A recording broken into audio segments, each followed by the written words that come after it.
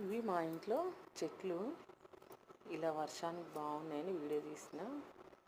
అన్నీ ఏవి వేస్ట్ పదార్థాలు ఇంట్లో వంట ఇంట్లో ఇటన్నీ వేస్తే ఇలా తొందరగా కాయలు పళ్ళు పూలు తొందరగా వచ్చేస్తాయి చెట్లకి.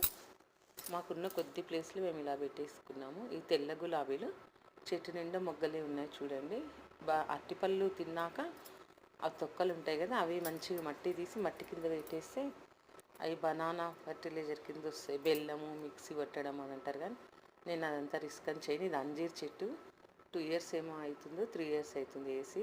చెట్టు నిండా కాయలే ఉన్నాయి. దానిమ్మ చెట్లు దానిమ్మకాయలుగా ఉన్నాయి. పాత వీడియోస్ ఉన్నాయి. వంట ఇంటి పదార్థాలు వేస్ట్ కాకుండా ఇలా పెడితే చెట్లకు మంచిగా ఫర్టిలైజర్స్ అవుతాయి. బయట నుంచి వేరే పని కొని వేయకుండా ఇలా మంచిగా ఉంటాయి చెట్లన్నీ.